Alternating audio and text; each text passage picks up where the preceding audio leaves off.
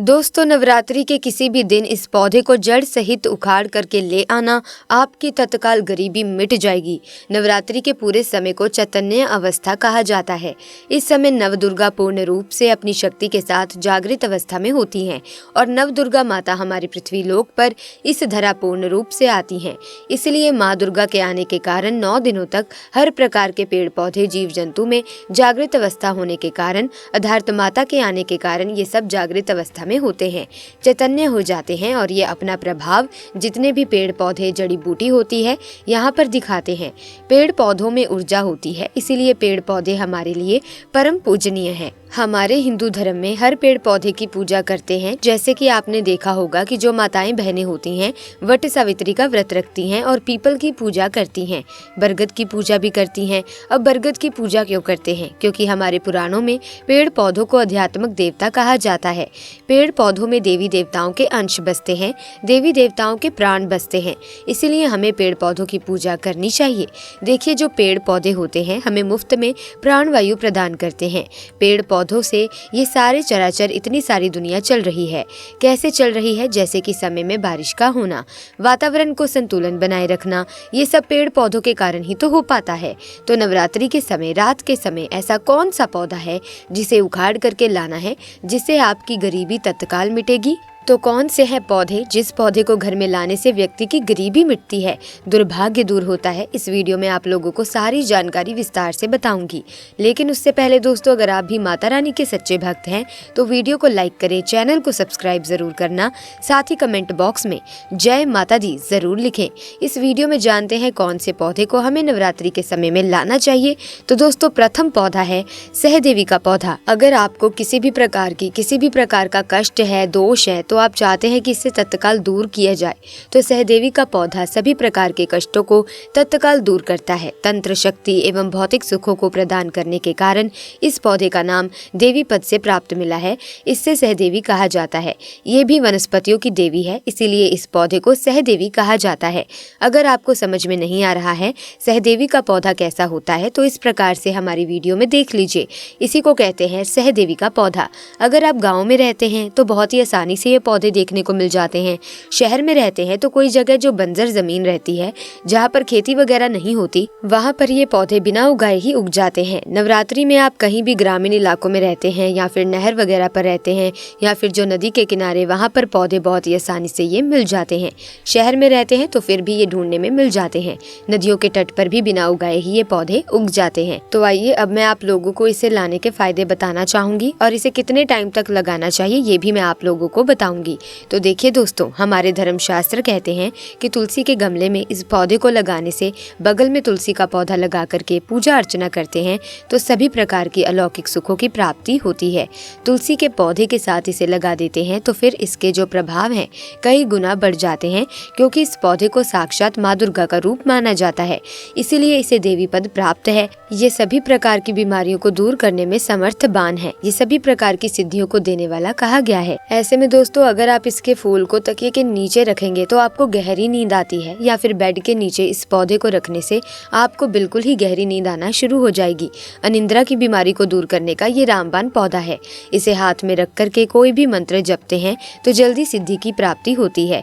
यहाँ तक कि भूत भविष्य वर्तमान की सिद्धि आपको प्राप्त हो जाती है, वो भी मंत्रों के माध्यम से। इस जड़ का तिलक लगाने से ये हमारे शरीर में सम्मोहन शक्ति को भी बढ़ाता है।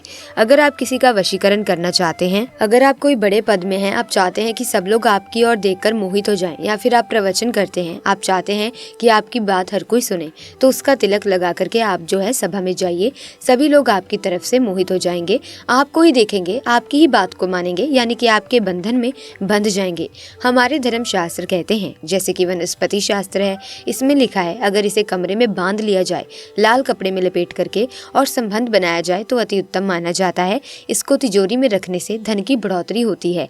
कैसी भी कंगाली घर में हो, अगर तिजोरी में इसे रखा जाए तो धन दौलत से परिपूर्ण बना जा सकता है। और इस पौधे को घर में लगाने से तंत्र मंत्र शक्ति नहीं लगती, इसकी जड़ मुख में रखने से अदृश्य शक्तियां भी दिखाई देती हैं। अगर आप अलौकिक शक्ति के दर्शन करना चाहते हैं तो इसकी जड़ को मुख में रखने से अदृश्य शक्तियां दिखाई देने लगती हैं। लेकिन दोस्तों, इससे आप अंधे भी हो सकते हैं। ये काफी जोखिम भरा काम है, क्योंकि जो अलौकिक शक्तियां होती हैं इनका तेज बहुत ज्यादा अधिक होता है। हम आम इंसान इनका तेज सहन नहीं कर सकते। ऐसे में इतनी बड़ी भूल ना करें। तो दोस्तों, इस पौधे को रात 12 बजे के बाद नवरात्रि के किसी भी टाइम में आप ला सकते हैं, क्योंकि ये नवरात्रि के टाइम में सबसे ज्यादा इसका महत्व होता है। 12 बजे के बाद में लाते हैं तो नव दुर्गा की जो संपूर्ण शक्ति है रात्रि के समय जागृत अवस्था में आ जाती है।